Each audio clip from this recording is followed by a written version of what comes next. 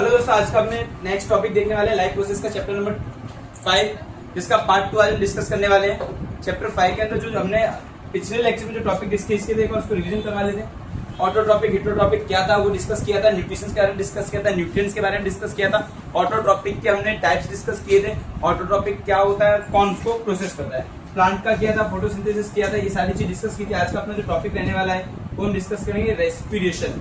क्या डिस्कस करने वाले हैं, रेस्पिरेशन। तो ये सारी चीज डिस्कस कर चुके थे।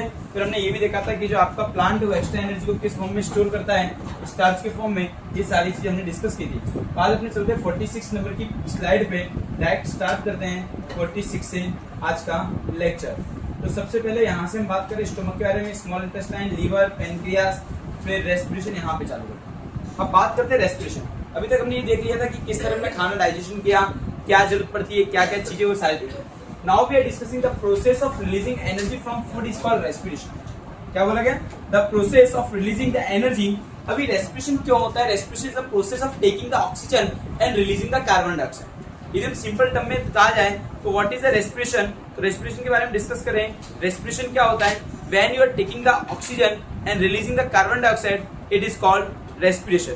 चल गया पता, क्लियर। तो अब इसको समझते हैं। Food plus oxygen, carbon dioxide plus water plus energy. ATP is the substance called adenosine triphosphate. ये आप लोगों ने स्टैंडर्ड 9 में पढ़ चुके हो कि आपने सेल देखा, सेल के अंदर एक माइटोकॉन्ड्रिया था। What is the function of mitochondria, the power house of the cell, it generate the energy in the form of ATP. याद रखना, ATP is the currency of the energy. ये कई सारे बच्चों को आज भी डाउट रहता है और उसे पता चलता नहीं। तो एटीपी जो है वो क्या है, करेंसी रहने वाली है आपकी, किसकी, आपकी एनर्जी की, which was generated by human being. अब माइटोकॉन्ड्रिया की बात करें, माइटोकॉन्ड्रिया क्या है, सेल का पार्ट है। इसका पार्ट है सेल है। फिर क्या बोला, energy content ATP is known as the energy currency of the cell. ये हमें पता है, ये सिंपल लैंग्वेज हम जानते हैं। What is the respiration, oxygen को लेना और कार्बन डाइऑक्साइड को छोड़ना। इसके साथ हमारा जो डाइजेस्टेड फूड है, हमने कहाँ डाइजेस्टेड फूड किया था, स्मॉल इंटेस्टाइन, वहां से हमने बिली जैसा शेप दिया था और उस डाइजेस्टेड फूड को हमने किस में कन्वर्ट किया था, ग्लूकोज के फॉर्म में। ग्लूकोज का फॉर्मूला था C6H12O6। उसको भी आपको याद रखना है, C6H12O6। ये जो डाइजेस्टेड फूड है, अब इसमें से हमें एनर्जी लेनी है with the help of the respiration. ये आपको याद रखना है, क्लियर। 9th को चलो आगे समझते हैं। भाई दो तरह के रेस्पिरेशन होते हैं, एरोबिक अनएरोबिक रेस्पिरेशन। सिंपल है, the respiration which was perform in the presence of oxygen. ऐसा रेस्पिरेशन जिसके अंदर ऑक्सीजन बढ़ चढ़ के हिस्सा ले, it is called aerobic respiration. ऐसा रेस्पिरेशन जिसमें ऑक्सीजन की प्रेजेंस ना हो, एब्सेंस हो, it is called anaerobic respiration. पहले तो ये दो टाइप्स आपको याद करने हैं। रेस्पिरेशन दो तरह के होते हैं, एरोबिक अनएरोबिक। एरोबिक क्या होता है, when the respiration take place in the presence of oxygen, it is called aerobic. When the respiration take place in the presence of oxygen, sorry in the absence of oxygen, it is called anaerobic respiration. अब इसको हम detail में समझेंगे, textual जो points है उनको समझेंगे। देखो ये दिया है दोनों के बीच का डिफरेंस रेस्पिरेशन के बारे में। Aerobic respiration take place in the presence of oxygen, सही है। Anaerobic respiration take place in the absence of oxygen, मतलब ऑक्सीजन ना हो, अनएरोबिक, ऑक्सीजन है एरोबिक। अब सुनना भैया, कंप्लीट ब्रेक डाउन होता है। क्या होता है, it's a complete break down of food occur in aerobic respiration. सबसे अच्छा एरोबिक रेस्पिरेशन माना जाता है क्योंकि उसमें O2 बहुत ज्यादा मात्रा में होता है और कंप्लीट डाइजेशन होता है। क्या होता है, कंप्लीट फूड का ब्रेक डाउन होता है, कंप्लीट और बहुत अच्छी तरह आपका एनर्जी का कन्वर्जन होता है। लेकिन पार्शियली इसमें फुली ब्रेक डाउन होता नहीं है, बिकॉज इसके अंदर ऑक्सीजन प्रेजेंट होता नहीं है। और इसके अंदर the end product in aerobic respiration are carbon dioxide and water. यदि मैं बात करूं एरोबिक रेस्पिरेशन के अंदर, एंड में क्या निकलता है, CO2 प्लस वाटर निकलता है, जबकि इसके अंदर निकलता है इथेनॉल। क्या निकलेगा, इथेनॉल और CO2, अदरवाइज लैक्टिक एसिड निकलेगा। याद रखना, अभी आगे और डिस्कस करेंगे। Aerobic respiration is considerable. जो एरोबिक रेस्पिरेशन होता है बहुत ज्यादा अमाउंट की एनर्जी जनरेट करता है as compare to anaerobic respiration. अब हम चलो आगे डिस्कस करते हैं इसके टेक्सचुअल पॉइंट। ये हमारे टेक्सचुअल पॉइंट हमने उठाए, टेक्स्ट बुक का कॉपी पेस्ट किया है पूरा। The food material taken in during the process, क्या बोला गया, the food material during the process of nutrition is used in cell provide energy. भाई हमने जो खाना खाया था, आपको पता है digested food complete small intestine में डाइजेस्टेड हुआ था, और वो डाइजेस्टेड फूड को हमने किस में कन्वर्ट किया था, कार्बोहाइड्रेट्स में। और उस कार्बोहाइड्रेट को हमने कहा था 6 कार्बन मॉलिक्यूल्स, क्योंकि कार्बोहाइड्रेट के अंदर 6 कार्बन है C6H12O6। अब क्या हुआ, अब चांस आ गया, प्रोवाइड एनर्जी चाहिए। क्या मेरा कार्बोहाइड्रेट से काम होगा? नहीं होगा। उस कार्बोहाइड्रेट को एनर्जी में कन्वर्ट करना पड़ेगा। उस एनर्जी को कन्वर्ट करने का ठेका ले रखा है सेल भाई ने। हमारी बॉडी का सबसे बेसिक यूनिट सेल है। अब उस सेल कैसे कन्वर्ट करेगा? अब for various life process diverse organism to do this in different way. भाई सब अलग अलग तरीके से करते हैं। कुछ लोग क्या करते हैं, ऑक्सीजन की जरूरत है, कुछ को ऑक्सीजन की जरूरत ही नहीं, कुछ को ऑक्सीजन कम चाहिए, इस तरह से करते हैं। तो क्या करेंगे, some use oxygen to break down glucose.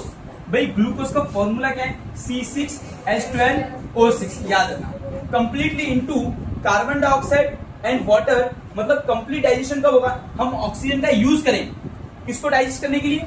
Glucose को डाइजेस्ट करने के लिए। तो आपका कंप्लीट डाइजेशन होगा और कार्बन डाइऑक्साइड और वाटर पैदा होगा। याद रखना, जो हमारा पहला वाला है ये वाला लास्ट वाला। अब देखते हैं the use some use other पे। तो कुछ लोग अलग रास्ता अपनाते हैं। They do not take oxygen. भाई ऑक्सीजन नहीं लेते। जब इन्होंने ऑक्सीजन नहीं लिया तो इसको हम कहेंगे अनएरोबिक रेस्पिरेशन, और पहले ऑक्सीजन लिया गया तो उसको हम कहेंगे aerobic respiration. In all cases the first step is the breakup. सब में देखो पहला स्टेप क्या होता है? ग्लूकोज को तोड़ना। किसको तोड़ना? ग्लूकोज को तोड़ना है इनको। ग्लूकोज कैसा है भाई? 6 कार्बन मॉलिक्यूल्स ग्लूकोज को तोड़ के 3 कार्बन मॉलिक्यूल्स इसमें पायरुवेट्स में कन्वर्ट करना। याद रखना भाई 6 कार्बन मॉलिक्यूल्स की हम बात कर रहे हैं। कौन सा? 6 कार्बन मॉलिक्यूल्स क्या है? C6H12O6। इसको किसमें तोड़ना? 3 कार्बन मॉलिक्यूल्स। इस 3 कार्बन मॉलिक्यूल्स को क्या कहेंगे? पायरुवेट्स कहेंगे। क्या कहेंगे लोग? पायरुवेट्स। याद रखना, ये हम ये करना। तो अब देखते हैं the process take place in the cytoplasm. भाई साइटोप्लाज्म क्या है वो समझते हैं। Further the pyruvates may be converted into ethanol. या तो इथेनॉल में कन्वर्ट हो जाता है, कार्बन डाइऑक्साइड हो जाता है। This process take place in yeast. अभी जो साइटोप्लाज्म है जहां पे बिल्कुल ऑक्सीजन नहीं चाहिए, वो रेस्पिरेशन कहां पे होता है? ईस्ट के अंदर होता है, जहां पे बिल्कुल ऑक्सीजन नहीं चाहिए। तो यहाँ पे हमारा जो एक्सपेरिमेंट दे रखा है उसको हम समझते हैं। पहले तो देखो ये रहा एब्सेंस ऑफ ऑक्सीजन। आपसे पूछे जाए which organism perform anaerobic respiration और एब्सेंस ऑफ ऑक्सीजन, तो आपको आंसर क्या बोला? ईस्ट। ईस्ट में कौन सी जगह है? साइटोप्लाज्म। कौन सी जगह है? ईस्ट के अंदर साइटोप्लाज्म में होता है। और क्या पैदा करता है? इथेनॉल, जो 2 कार्बन मॉलिक्यूल्स है। और क्या पैदा करता है? Carbon dioxide, energy. ये आपको याद रखना और एग्जाम में लिखना है। ठीक है, अच्छी बात है। देखो पहले ग्लूकोज क्या है? 6 कार्बन मॉलिक्यूल्स। उसको किसमें तोड़ा गया? 3 कार्बन मॉलिक्यूल्स में। देखिए 3 कार्बन मॉलिक्यूल्स भी किसमें टूटा गया? 2 कार्बन मॉलिक्यूल्स इथेनॉल में। जब हमने बिल्कुल ऑक्सीजन नहीं दिया, जब बिल्कुल ऑक्सीजन नहीं दिया तो ये रेस्पिरेशन किसने परफॉर्म किया? ईस्ट। YEST। और क्या पैदा किया? Ethanol plus carbon dioxide plus energy. अब मैंने फुल ऑक्सीजन दिया तो ये कहां पे परफॉर्म हुआ? ये ह्यूमन बीइंग के सेल के अंदर माइटोकॉन्ड्रिया में हुआ। क्या हुआ? आपने पढ़ा था कि माइटोकॉन्ड्रिया को power house of the cell कहा जाता है। इस माइटोकॉन्ड्रिया के अंदर ब्लड, हमारा जो ब्लड है वो क्या लेके आया भाई? माइटोकॉन्ड्रिया O2 पकड़ ले, ये ब्लड लेके आया वो। और डाइजेस्टेड फूड भी कौन लेके आया? ब्लड। और जैसे डाइजेस्टेड फूड ऑक्सीजन एक दूसरे के कांटेक्ट में आए और रिएक्शन चालू हो गया, और क्या बन गया? Carbon dioxide plus water plus energy बन गई। याद रखना, जैसे ही कांटेक्ट में आए तो क्या बन गया? Carbon dioxide plus water plus energy बन गई। This process take place in yeast, ये आपको पता है। अब एब्सेंस ऑफ ऑक्सीजन जो प्रोसेस है वो कहां परफॉर्म की जाती है वो समझते हैं। अब देखते हैं ये वाला भाई ऑक्सीजन की कमी। ऐसा नहीं बिल्कुल ऑक्सीजन नहीं है या फुल ऑक्सीजन नहीं, ऑक्सीजन की कमी। ये जनरली इंसानों के अंदर होती है। जब बहुत तेज दौड़ते हैं तो हमारी बॉडी को क्या चाहिए? एनर्जी चाहिए, और वो एनर्जी का कन्वर्जन मिलना चाहिए। और हमारी जो बॉडी है उसके अंदर एनर्जी जनरेट होनी चाहिए। लेकिन हम बहुत ज्यादा दौड़ते हैं तो एनर्जी की डिमांड बहुत हाई होती है। एनर्जी मांगी जाती है 150 किलो, पर हमारे पास एनर्जी होती है सिर्फ 100 किलो। हम 100 किलो देते थे और 50 एनर्जी को बनाने के लिए भी हम क्या करते हैं? जितना ऑक्सीजन उतना यूज करते हैं। जब हमारे पास कोई चीज बनाने का 50 लोगों का सामान लेकिन 100 जन का ऑर्डर है तो हम क्या करते हैं? उसमें कंजूसी कर देते हैं, समय थोड़ा थोड़ा डाल देते हैं। तो यही चीज होती है, जब ऑक्सीजन कम पहुंचता है तो वहां पर कैसी एसिड पैदा होती है? Lactic acid. जब बहुत ज्यादा रनिंग करते हैं एनर्जी की डिमांड बढ़ती है। एनर्जी की डिमांड बढ़ती हुई हड्डियों के अंदर रेस्पिरेशन चालू हो जाता है और उसमें एक लैक्टिक एसिड पैदा होती है, और बहुत ज्यादा लैक्टिक एसिड पैदा होती है तो एक क्रैक मार जाती है और हड्डियां टूट जाती है। ऐसे कई लोगों के लिगामेंट फट जाते हैं। ये बहुत बड़ी चीज आती है। तो स्टेमिना पहले बनाओ, उसके बाद रनिंग। क्लियर? एक दिन में शेर खान मत बनाओ। अब समझते हैं क्या चीज। अब देखो since this process take place in the absence of oxygen. भाई इसके अंदर एब्सेंस ऑफ ऑक्सीजन हुआ, मतलब ऑक्सीजन था नहीं। It is called anaerobic respiration. इन्होंने आपको 2 तरह के रेस्पिरेशन समझा, एरोबिक, अनएरोबिक। लेकिन हमने डायग्राम से तीनों चीज समझ ली। क्लियर? चलो आगे बढ़ो। अब समझते हैं break down of pyruvate using oxygen. हाँ भाई, कहां पे होता है? माइटोकॉन्ड्रिया में। कहां पे होता है? Break down of oxygen, break down of glucose in the presence of oxygen, it perform in mitochondria. The process break up the 3 carbon pyruvates into 3 carbon molecules, carbon dioxide and the other product water. Since this process take place in the presence of oxygen, it is called aerobic respiration. भाई ये clear है? Where is the aerobic respiration perform? It is the presence of oxygen. कहां पे होती है? Mitochondria में। 6 carbon molecules किसमें convert होता है? 3 कार्बन मॉलिक्यूल्स पायरुवेट, उसको ब्रेक डाउन किया जाता है, कार्बन डाइऑक्साइड, एनर्जी और वाटर बनता है। यार ये कैसा aerobic? The release of energy in this aerobic is lot greater. भाई फुल ऑक्सीजन दोगे उसमें बहुत ज्यादा एनर्जी जनरेट होगी, और बिल्कुल ऑक्सीजन नहीं दोगे उससे तो बहुत ज्यादा एनर्जी। तो हमेशा आपसे पूछा जाए एग्जाम में which can generate the large amount of energy, तो आपको आंसर क्या बोलना है? Aerobic respiration release the large amount of energy as compare to anaerobic. Anaerobic क्या है भाई? जिसमें ऑक्सीजन बिल्कुल नहीं होता। एरोबिक क्या है? जिसमें फुल ऑक्सीजन होता है। क्लियर? चलो पता, ये आप लोग को ये हमारा माइटोकॉन्ड्रिया का शेप है। ये जो शेप दिया है ये आपके माइटोकॉन्ड्रिया का शेप है। ये देखो माइटोकॉन्ड्रिया आपने देखा होगा स्टैंडर्ड 9th में भी देखा था आपको। Mitochondria power house of the cell कहा जाता है। क्लियर? ये हमारा देखो ये mitochondria power house of the cell. आगे बढ़ते हैं, समझते हैं फटाफट। Sometime when there is a lack, देखो सबसे पहले इन्होंने क्या बताया कि भाई अपने को ऑक्सीजन बिल्कुल नहीं मिल रहा है। बिल्कुल नहीं मिला तो मैंने कहा भाई तू अनएरोबिक रेस्पिरेशन। अनएरोबिक रेस्पिरेशन क्या होता है? Absence of oxygen. कहां पे परफॉर्म हुआ? ईस्ट के अंदर। ईस्ट में भी कहां पे हुआ? साइटोप्लाज्म में। क्या पैदा हुआ? Ethanol plus carbon dioxide plus energy. फिर हमने सेकंड डिस्कस किया aerobic respiration, presence of oxygen, full oxygen दिया गया। कहां पे परफॉर्म किया गया? माइटोकॉन्ड्रिया में। माइटोकॉन्ड्रिया ने क्या क्या एनर्जी जनरेट किया? Carbon dioxide, energy plus water. Clear? अब हम डिस्कस कर रहे हैं ऑक्सीजन की कमी आ गई। सुनना जरा ध्यान से। When there is a lack of oxygen, क्या बोला? जब ऑक्सीजन की कमी आ जाती है। Lack of oxygen our muscles, हमारे जो मसल्स है उसके अंदर सेल है भाई, करोड़ों सेल है, तो करोड़ों माइटोकॉन्ड्रिया होंगे। करोड़ों माइटोकॉन्ड्रिया है तो करोड़ों ऐसी जगह है जहां पे आपका डाइजेस्टेड जो ग्लूकोज है उसको किसमें कन्वर्ट किया जा रहा है? एनर्जी। किसमें कन्वर्ट किया जा रहा है? एनर्जी। जब करोड़ों सेलों तक आपका डाइजेस्टेड फूड पहुंचता है तो करोड़ों सेलों तक आपका ऑक्सीजन भी पहुंचता है। जैसे ऑक्सीजन, और जब हम बहुत ज्यादा रनिंग करते हैं तो मसल्स को जरूरत पड़ती है एनर्जी के बारे में, तो उतना ऑक्सीजन वहां पहुंच पाता नहीं है। जब absence of oxygen, lack of oxygen, oxygen बिल्कुल नहीं है ऐसा नहीं है, कम ऑक्सीजन पहुंचता है, और उस टाइम पे कौन सी एसिड पैदा होती है? लैक्टिक एसिड बहुत ज्यादा पैदा हो जाती है तो हड्डी हमारी क्रैक मार जाती है। याद रखो, break down of pyruvates taken here the pyruvate is converted to lactic acid. याद रखना, lactic acid which is also 3 carbon molecules. This build up lactic acid in our muscles and during sudden activity of causes cramp. याद रखना crack. तो इसीलिए उतना ही दौड़ो, पहले stamina बनाओ, पहले अपना ब्रीथिंग रेट तेज करो कि हम स्टेमिना बना पा रहे हैं या नहीं बना पा रहे। The energy released during cellular respiration is immediately used by synthesis molecules called ATP, which is used to fuel all the other activity. तो ये जो एनर्जी है ये किसमें जनरेट होती है? ATP के फॉर्म में। और ये ATP क्या है? हमारी एनर्जी करेंसी है जो हम हर एक्टिविटी के लिए यूज करते हैं। ATP is broken down given rise fix amount of energy. ATP को तोड़ा जाता है और फिक्स अमाउंट की एनर्जी मिलती है। मतलब ATP एक तरह से देखा जाए फूड पैकेट्स हैं, जब हमें जरूरत पड़ती है हम ATP को तोड़ते हैं और उससे हम एनर्जी ले लेते हैं। क्लियर हुआ? यहाँ पे हमने डिस्कस किया रेस्पिरेटरी सिस्टम। अभी सांस कैसे ली जाती है वो सारी चीज हम आगे डिस्कस करने वाले हैं। ये देखो हड्डी का स्ट्रक्चर है। अब वे प्लांट के बारे में डिस्कस कर रहे हैं, प्लांट के अंदर कैसे लिया है। सुनो, since the aerobic respiration pathway depend on oxygen, भाई ऑक्सीजन पे पता है? हाँ। Aerobic organism need to ensure that there is sufficient intake of oxygen. भाई ये जरूरी है कि सबको sufficient amount का ऑक्सीजन मिले, लेकिन कुछ लोग ऐसे हैं जिनको sufficient amount का ऑक्सीजन नहीं मिल पाता। क्यों नहीं मिल पाता देखते हैं। We have seen that plant exchange gas, अरे भाई स्टोमेटा आ गया फिर से। भाई स्टोमेटा क्या होता है? Tiny pores present on the surface of leaves. Who control the opening and closing of stomata? Very good, Ruchika. Clear? And the large intercellular space ensure that all cells are in contact with air. भाई सारे cell contact में रहे। Clear? जब सारे cell contact में रहेंगे तभी तो सफिशिएंट अमाउंट का ऑक्सीजन मिल पाएगा। Carbon dioxide and oxygen are exchange by the diffusion here. एक प्लांट के अंदर दो प्रोसेस बताई थी 9th क्लास में, डिफ्यूजन और ऑस्मोसिस। सर ऑस्मोसिस क्या करता है? लिक्विड का एक्सचेंज करता है। डिफ्यूजन आपका गैस का एक्सचेंज करता है, और diffusion is perform with the help of stomata. Stomata क्या?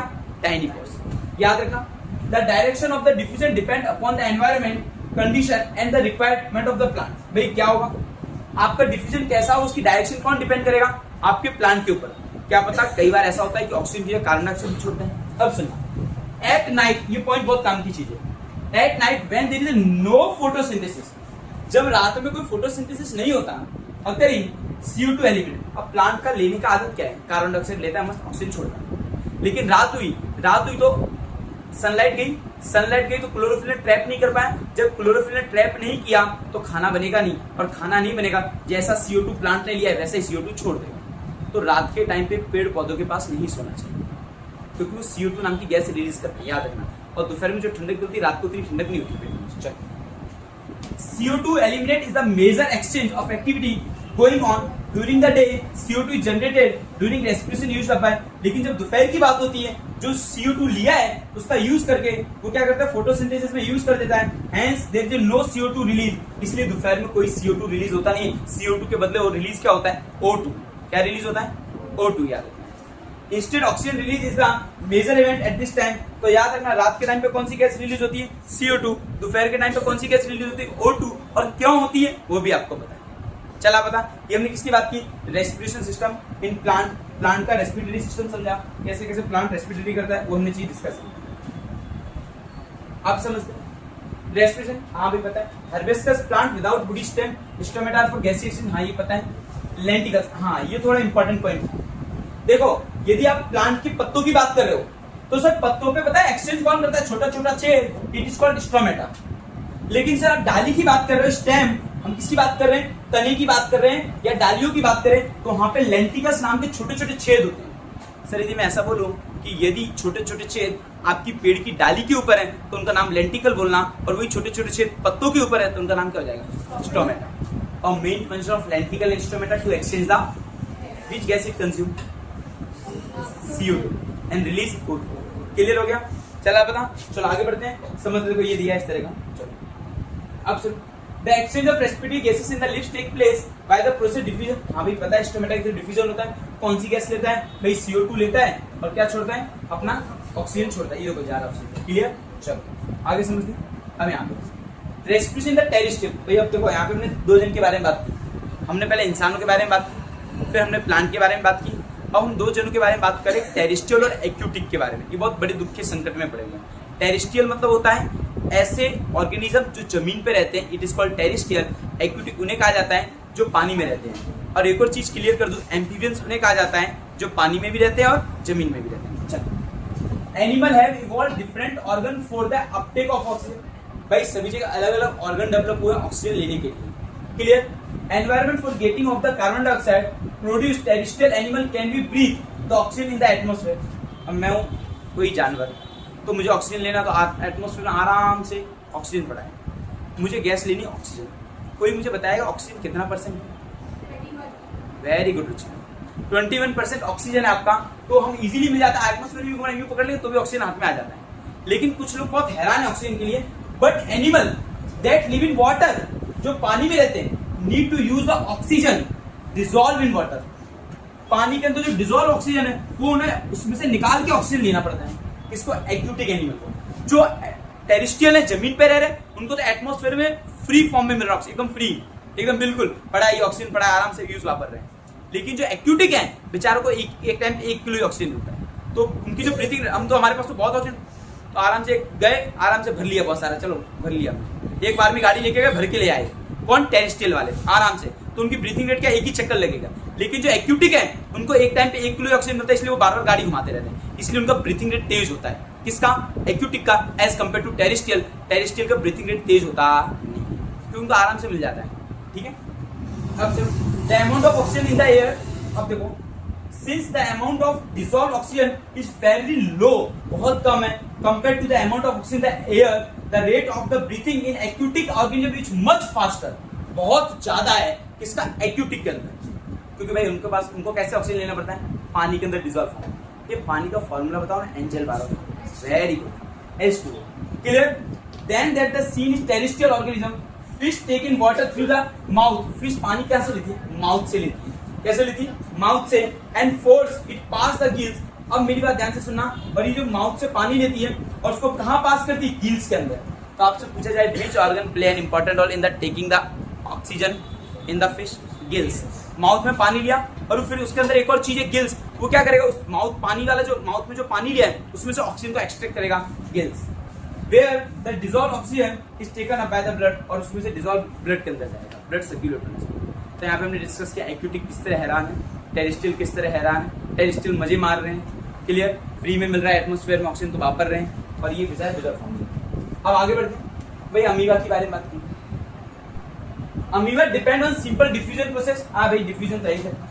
Amoeba live in water, the oxygen from water diffuse into the body of amoeba through the cell membrane. किसके थ्रू होता है, सेल मेम्ब्रेन। सर इस cell membrane क्या होता है ये मैं थोड़ा ब्रीफ में बता दूं। Cell membrane is the outer layer जो एंट्री और एग्जिट को कंट्रोल करता है। सेल मेम्ब्रेन को प्लाज्मा मेम्ब्रेन भी कहा जाता है, जो आपने स्टैंडर्ड 9 में पढ़ा होगा। सेमी परमिबल सिलेक्टिव लोगों को आने देता है। Diffusion method, osmosis method, osmosis method होती है पानी के लिए, डिफ्यूजन होती है गैस के लिए। तो ये अपने को क्लियर कर लेना है कि अपना अमीबा सेल मेम्ब्रेन से।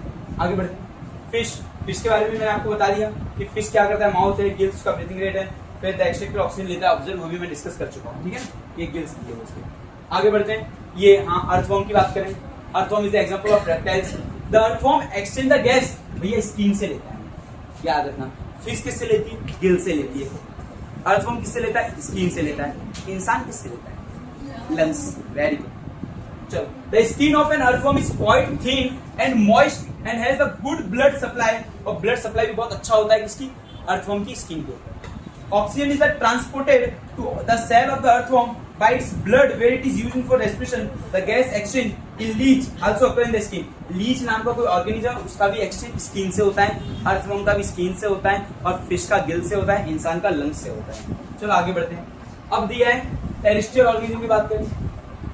Terrestrial organism using the oxygen the atmosphere by respirating this oxygen is observed by different organ, different animal. All this organ have the structure that increase the surface area which is contact with the oxygen reach atmosphere, ठीक है। Since the exchange of oxygen and carbon dioxide has to take place across the surface, भाई हमारा जो body है, जो ऐसे कई सारे टेरेस्ट्रियल ऑर्गेनिज्म है जो जिनकी पूरी बॉडी एटमॉस्फेयर के कांटेक्ट में, तो कहीं से भी ऑक्सीजन ले सकते हैं और कहीं से भी कार्बन डाइऑक्साइड छोड़ सकते हैं, जिसका एग्जांपल अमोइबा अपने पास अच्छा, ठीक है। This surface is very fine and delicate. In order to protect this surface it is usually placed within the body, so there have to. अब सुनो, हमारा जो सिस्टम बनाया है जहां से हम ऑक्सीजन ले सकते हैं वो बहुत ही ज्यादा कोमल है, बहुत ही ज्यादा नाजुक है, इसीलिए उस सिस्टम को एक प्रोटेक्टिव लेयर के अंदर रखा जाता है। जो हमारा लंग्स है उसको फेफड़ों के अंदर एक कवरिंग, एक रिब्स के अंदर रखा गया है।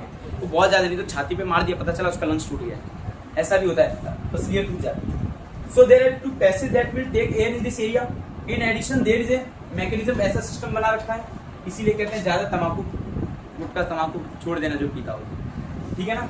स्मोकलेस तंबाकू इज ए मेजर रिस्क, वही ये सब हार्ट अटैक के असर आते हैं, तो ये सब चीज करने के लिए जो करता है, ठीक है ना। चलो आगे बढ़ते हैं, अब थोड़ा सिस्टम समझते हैं। अब आपकी कहानी शुरू हो, थोड़ा आपको इंटरेस्ट जागेगा। अभी तक ग्रेजुएट सिस्टम में जिस तरह इंटरेस्ट जागा था, अब इसमें करते हैं। देखो सबसे पहले मैं समझाता हूँ एक एक करके, आराम से समझो।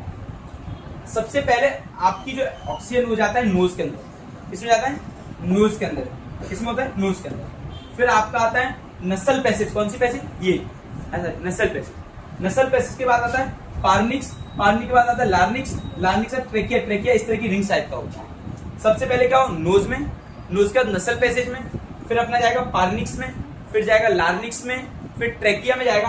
अभी जो ट्रेकिया जो है, ये ट्रेकिया, ये बहुत सारे ब्रोंची में डिवाइड हो जाएगा। क्या हो जाएगा, ये ब्रोंची, बहुत सारी ब्रोंची की सब डिवाइड होके बहुत छोटी छोटी ब्रांचेस बन जाएंगे ऐसे, इस तरह का। ये जैसे ये अपना क्या है, ये अपना ट्रेकिया है, ट्रेकिया में इस तरह का डिवाइड हुआ, यहाँ से यूं हुआ, यूं हुआ, यूं, इस तरह इसमें से अलग अलग, ठीक है। यहाँ से भी अलग अलग हो गया, यहाँ से भी अलग अलग हो गया, और ये सारा ऐसी बहुत सारी इसमें सिस्टम बन जाती है ब्रोंची, और इसके आगे सब डिवाइड होती है ब्रोंचिलिस, और यहाँ पे बलून जैसा स्ट्रक्चर बन जाता है। ये बलून जैसा बन गया, ये बलून बन गया, ये बलून बन गया, और ये जो बलून है इसको कहा जाता है अल्वियोली। क्या कहा जाता है, अल्वियोली, याद रखना ये बलून, ये याद रखना, ये balloon like structure it is called alveoli. तो आपको ये समझते हैं रिंग्स क्या होती है, रिंग्स ऑफ कार्टिलेज, ट्रेकिया जो होता है रिंग्स ऑफ कार्टिलेज होती है, उसके अंदर ब्रोंची में बनता है, ब्रोंची आगे जाके डिवाइड होकर टर्मिनेट हो जाती है, अंत कहाँ होता है, बलून लाइक स्ट्रक्चर अल्वियोली। आगे समझेंगे क्या चीज है, nostril, nasal passages, pharynx, larynx, trachea, bronchi, lungs, bronchioles, alveoli, ये सारी चीजें समझते हैं आगे क्या चीज है, ठीक है। चलो आगे बढ़ो। अभी दिया है ब्रीथिंग इज अ प्रोसेस, हाँ भाई पता है, अभी ऑक्सीजन लेना है और कार्बन डाइऑक्साइड छोड़ना है, बस ये हमारी ब्रीथिंग होती है, पता है हमको। आगे बढ़ते हैं, चलो अभी ये सिस्टम चालू, अब ये आपका टेक्स्ट बुक का चालू है। टेक्स्ट बुक में क्या क्या दिया है वो समझते हैं यहाँ पे clear. In human beings air is taken into the body through nostril. Nostril मतलब नाक, नाक से ऑक्सीजन लेता है, ऐसे करके लेता है। The air passing through the nostril is filtered by fine hair that line the passage। हमारी नाक के अंदर छोटे छोटे बाल होते हैं, फाइन हेयर होते हैं। The main function of fine hair which is present in your nose to filtrate the air, to filter the oxygen. Clear? Why it is given? Okay. The passage is also lined with mucus which help in this process। यहाँ पे mucus दिया जाता है। Mucus क्या करता है, उसको अंदर की तरफ धक्का मारता है, मुकस। ठीक है, mucus is also present in the nostril and hair like structure is also present in the nostril to protect the filter air. Filter air मिले इसलिए उसको रहता है।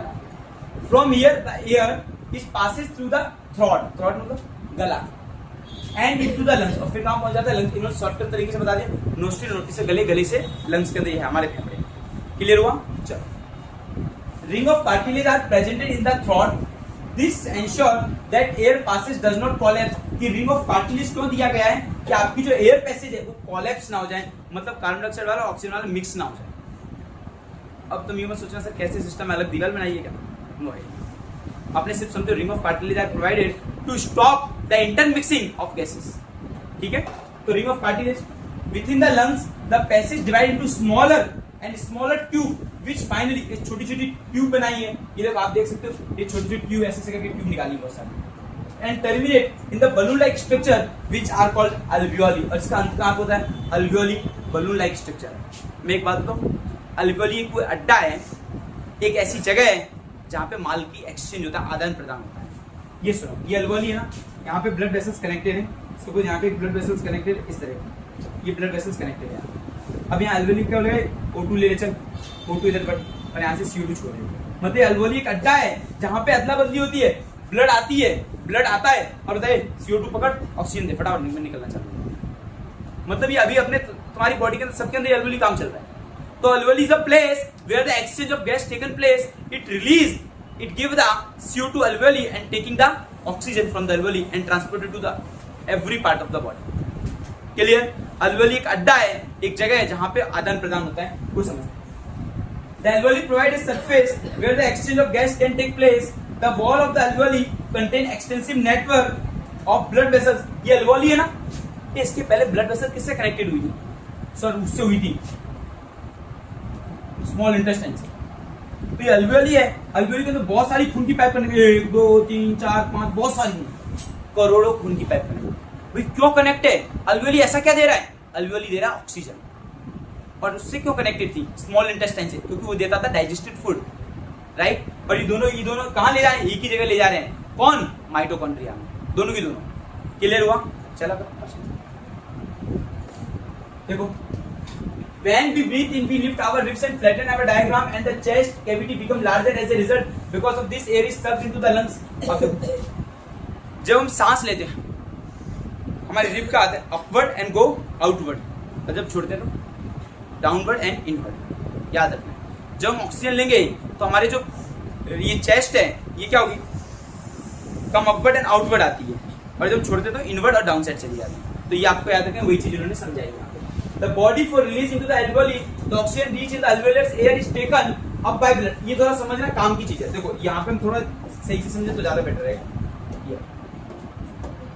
चलो अब सुना, द ब्लड ब्रिंग, क्या लाता है ब्लड? कहां से लाता है? From the rest of the body.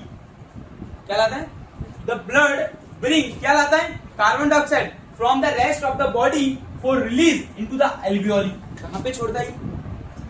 alveoli। alveoli क्या है? It is the branch of the lungs which is having shape balloon like structure। अब सुना, and the oxygen in the alveolus air. भाई alveoli जो है उसके एयर में से क्या ले लेता है? Oxygen is taken up by blood in the alveolus blood vessels, जो उसकी ब्लड वेसल्स alveolus की जो स्ट्रक्चर है उसके अंदर से ऑक्सीजन लिया and to be transported to all the cell in the body. और बॉडी के सारे सेलों में ट्रांसपोर्ट करने का काम कौन करता है? ब्लड। बहुत मेहनती बंदा है ब्लड। खाने को ब्लड ले जाए, ऑक्सीजन को ब्लड ले जाए, कचरा ब्लड लेके आवे, सब कुछ ब्लड लेके आवे। चलो देखो, during the breathing cycle when air is taken in and let out the lungs always contain residual volume of air. क्या बात है, क्या बोला भाई? हमारे जो लंग्स है ना उसका तो बहुत ज्यादा कैपेसिटी है एयर होल्डिंग करने की, बहुत ज्यादा कैपेसिटी है। तो इसके पास इनफ टाइम है, ऐसा नहीं भागा पटका, ऐसा नहीं करना, आराम से खूब दो, खूब भर के ऑक्सीजन ले जा सकते हैं भाई। जितनी लंबी सांस लोगे ना उतना ब्लड को टाइम मिलता है, उतना अपनी गाड़ी में ऑक्सीजन लोड कर लेता है, और जितना ज्यादा ऑक्सीजन लोड करता है ना उतना जाके ऑक्सीजन पहुंचता है सेल के अंदर, और जितना ज्यादा ऑक्सीजन पहुंचेगा उतना जाके आपका कन्वर्जन होगा किसका, एनर्जी का, किसका कन्वर्जन होगा, इसलिए लंबी गहरी सांस को, ठीक है। Volume of the air so that there is sufficient time for oxygen to be observe and for the carbon dioxide to be release. The lungs contain residual volume, बहुत ज्यादा वॉल्यूम है उसके पास, तो it is a sufficient time to release the carbon dioxide and take the sufficient time मिलता है। ऐसा नहीं कम ज्यादा नहीं बस भाग जा, ऐसा कुछ नहीं, ठीक है। When the body size of animal is large the diffusion pressure alone can not be take care of oxygen delivery to all part of the body. क्या बोला भाई, बॉडी का साइज बहुत ज्यादा बड़ा है तो आपका इसको बहुत ज्यादा टाइम लगता है, तो इस सब जगह ऑक्सीजन पहुंच पाता। क्या लिखा है, फिर से पढ़ता हूं, देखो।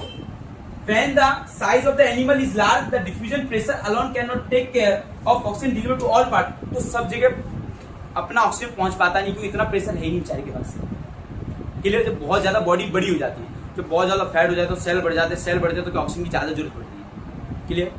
चलो, instead respiratory pigment is taken. अब भाई देखो ये नमूना आदमी आ गया, ब्लड के अंदर 3 नमूने घूम रहे थे जो आप सालों से पढ़ रहे हो, सब नाम भी जानते हैं ब्लड के अंदर 3 नमूनों का, आरबीसी, डब्ल्यूबीसी और प्लेटलेट्स, ये प्लाज्मा के पार्ट है 3। अब सुनना, अब पूछा गया भाई ये ऑक्सीजन तेरा किसके साथ चक्कर चल रहा है, तो वो ले जाने का काम कौन करता है, तो पता है ऑक्सीजन एक जन से बहुत प्यार करता है जिसका नाम है आरबीसी। आरबीसी के अंदर एक नमूना रहता है, आरबीसी का नेता हेमोग्लोबिन, हेमोग्लोबिन से बहुत ज्यादा एफिनिटी है किसकी, ऑक्सीजन की, दोस्त, खास दोस्त है। अब सुना, take up oxygen from the air in the lungs and carry to tissue which are deficient in oxygen before releasing it in human being. The respiratory pigment, कौन है respiratory pigment, is called hemoglobin which has very high affinity लगता है oxygen के साथ। तो who play an important role to taking the oxygen? hemoglobin. Sir hemoglobin contain red blood cell। इस hemoglobin दोगली की वजह से खून का रंग लाल होता है।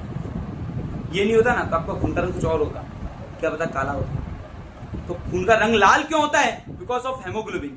और यदि आपका हेमोग्लोबिन डाउन हो गया तो आपका जो है ना ऑक्सीजन का जो रेट है वो भी डाउन हो जाएगा, क्योंकि ऑक्सीजन का लफड़ा किसके साथ चल रहा है, हेमोग्लोबिन के साथ। अब सुना, ये ध्यान से समझना, in human being the respiratory pigment is haemoglobin which has very high affinity. तो ऑक्सीजन को ले जाने का काम कौन करता है, हेमोग्लोबिन, और हेमोग्लोबिन प्रेजेंट का होता है आरबीसी के अंदर, ये याद रखना, समझ लेना। This pigment is present red blood cells, मैंने वही बोला भैया।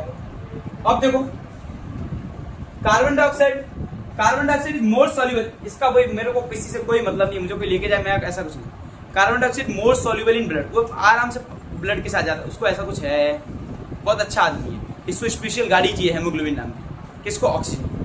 Carbon dioxide is more soluble in water than oxygen, hence it is mostly transported in the dissolve form of blood.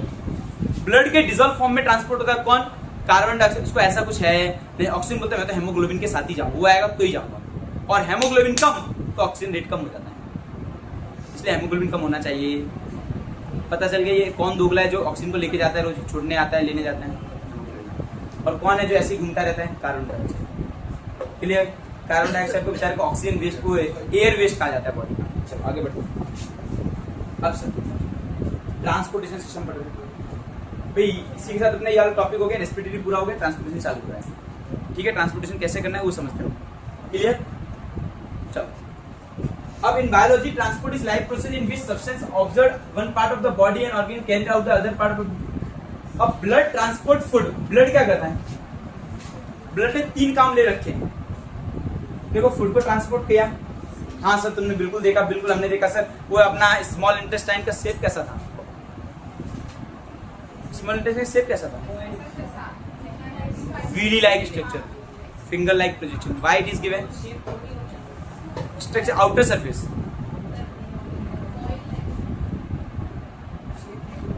Shape ही होगा, villi like structure, why it is given it shape, उसका shape ऐसा क्यों दिया गया, ये shape ही था बेटा,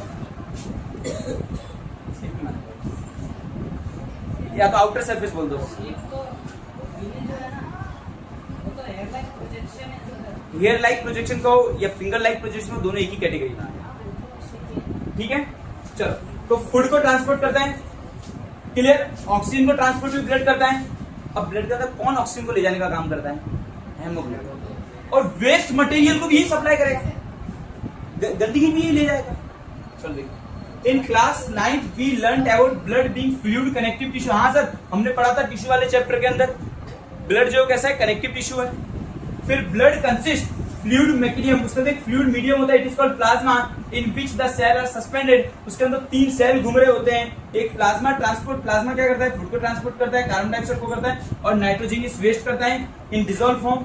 oxygen is carried by the red blood cell. हाँ भाई पता है, ऑक्सीजन का रेड ब्लड सेल के साथ लफड़ा है। Many other substance like salt are also transported by the blood. और कई सारे वेस्ट, नाइट्रोजन इज वेस्ट, और सॉल्ट को भी ट्रांसपोर्ट कौन करता है? ब्लड। We need pump. भाई अभी ठीक है, अभी सप्लाई करता है, ठीक है, लेकिन इसको फ्लो बढ़ाने के लिए एक मोटर भी तो लगानी पड़ेगी। Yes sir no? मोटर लगाएंगे तो प्रेशर कैसा होगा? बढ़ेगा। बढ़ेगा तो काम कैसा होगा? पानी आ रहा है लेकिन धीमे धीमे आ रहा है, तो एक मोटर लगानी पड़ेगी, नहीं लगानी पड़ेगी? तो सप्लाई कैसा हो जाएगा? ट्रांसपोर्टेशन सिस्टम को बूस्ट मारने के लिए इन्होंने हार्ट बिठा दिया। क्या बिठाया? हार्ट बोले तो दिल। दिल सबसे बड़ा पुरानी पंप है। जो हार्ट है वो पंपिंग का काम करता है, ब्लड का प्रेशर बढ़ाने का काम करता है। कौन? हार्ट। और हार्ट दुनिया की सबसे पुरानी मोटर है, जो भगवान के घर की बनाई गई। चलो, need pumping organ to push blood around the body. हर बॉडी के पार्ट में पहुंचाने के लिए पंपिंग सिस्टम चाहिए। A network of tube to reach all the tissue and system in place to ensure that this network can be repaired of it manage.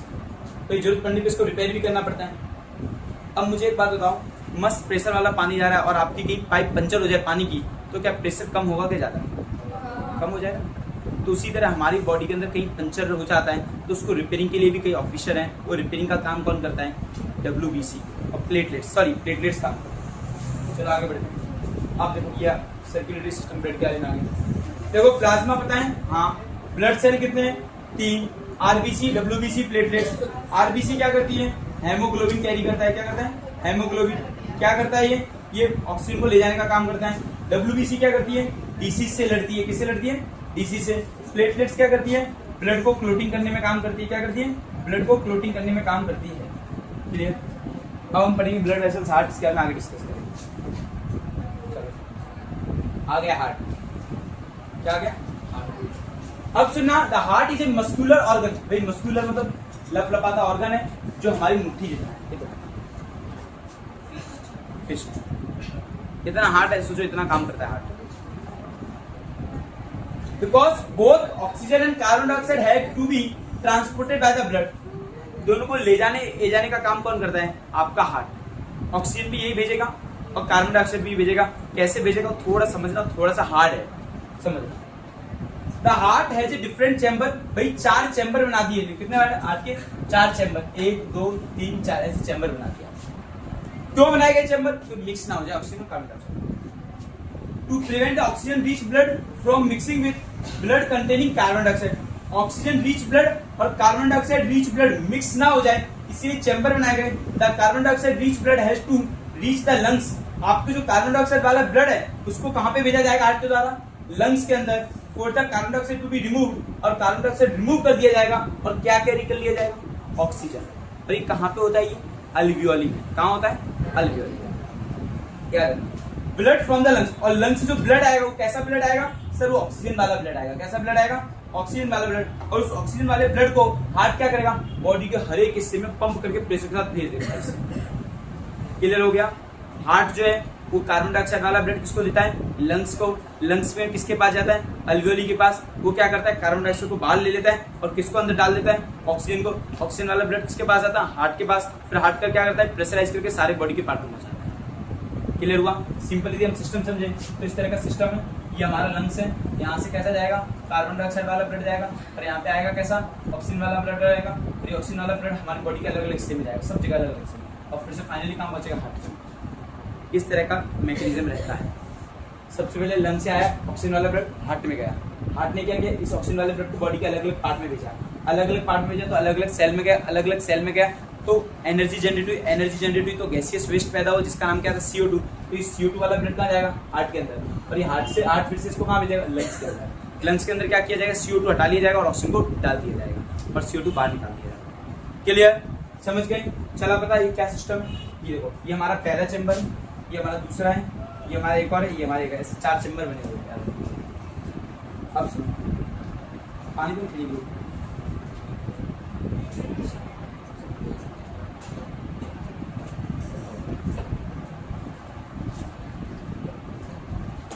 तो revise कर लो।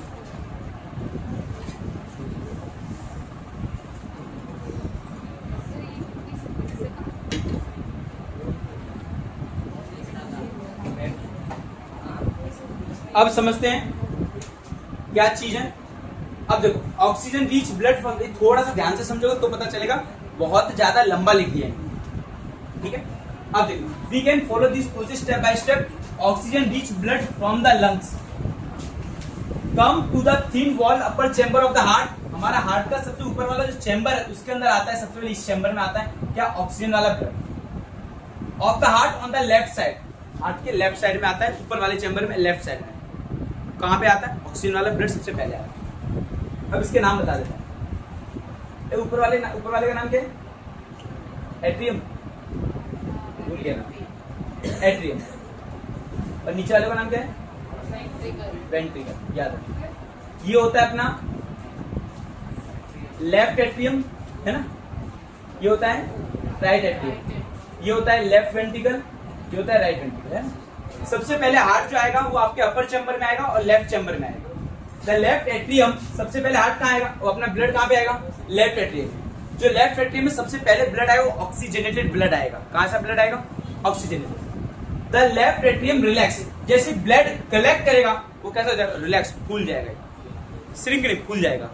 उसके अंदर आ गया ऑक्सीजनेटेड ब्लड, आ गया, रिलैक्स हो गया। अब सुनो, इट देन कॉन्ट्रैक्ट, जब वाइल, अब कॉन्ट्रैक्ट कब होगा? जब ये तुम सिकोड़ेगा ना तो ये फिर आगे वाले चेंबर में भेजेगा, जिसका नाम क्या होगा? Left ventricle. कहां भेजेगा? सुनना ध्यान से।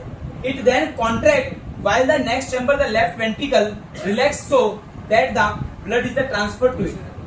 अब रिलैक्स होने का चांस किसका आएगा? पहले गया लेफ्ट एट्रियम में, वो रिलैक्स हो गया, फिर वो क्या, जैसे लेफ्ट एट्रियम से ब्लड गया लेफ्ट वेंट्रिकल में, तो जो लेफ्ट एट्रियम था वो कॉन्ट्रैक्ट हो गया और रिलैक्स कौन हो गया? Left ventricle. याद है, when the muscular left ventricle contract, in turn the blood is pumped out to the body। जैसे ही लेफ्ट वेंट्रिकल आपका कॉन्ट्रैक्ट होगा और आपका जो ब्लड है वो सब बॉडी के सब अलग अलग हिस्सों में पहुंच जाएगा। कैसा ब्लड था ये? ऑक्सीजन वाला ब्लड। कैसा ब्लड है? और बॉडी के अलग अलग हिस्से में पहुंचेगा। Deoxygenated blood come from the body, oxygen वाला ब्लड भेजा, और कैसा ब्लड आया? डीऑक्सीजन, मतलब बिना ऑक्सीजन वाला, मतलब कार्बन डाइऑक्साइड वाला ब्लड आया। The body to the upper chamber, अब कहां जाएगा? Upper chamber of the right. अभी ब्लड सीधा यहाँ पे आया था, फिर यहाँ से यूं गया, अभी सीधा यहाँ पे आ रहा है, ऊपर वाले। याद है, ऊपर वाले का नाम क्या है? Right atrium. क्या नाम? Right atrium. The right atrium as it relax, जैसे ये रिलैक्स हुआ तो राइट एट्रियम कॉन्टैक्ट हुआ करस्पॉन्डिंग, और कहां पे पहुंच गया? लोअर चेंबर, जिसका नाम है राइट वेंट्रिकल। कैसा नाम है? Right ventricle. सबसे पहले ब्लड कहां पे आया? Right atrium, sorry left atrium. फिर ब्लड कहां पे गया? Left ventricle. फिर ब्लड कहां गया? बॉडी के पार्ट में। फिर बॉडी के पार्ट से ब्लड कहां पे आया? राइट एट्रियम में। अब राइट एट्रियम से कहां पे जाएगा? Right ventricle. नहीं आ रहा समझ? ये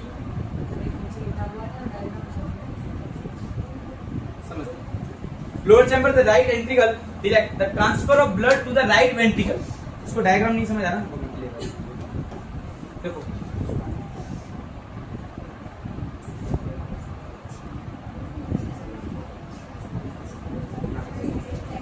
देखो सबसे पहले ये हार्ट है आपका, इसके 4 चेंबर की, ये वाला है आपका लेफ्ट, ये आपका लेफ्ट, ये एट्रियम, ये वेंट्रिकल, ये राइट एट्रियम, ये राइट वेंट्रिकल। सबसे पहले ब्लड आपका आता है यहाँ पे, ठीक है, यहाँ से ब्लड आपका यू करके जाता है, क्रॉस नहीं करता, फिर बॉडी के अलग अलग पार्ट से ब्लड होके अपना फिर से कहाँ आता है? राइट एट्रियम में।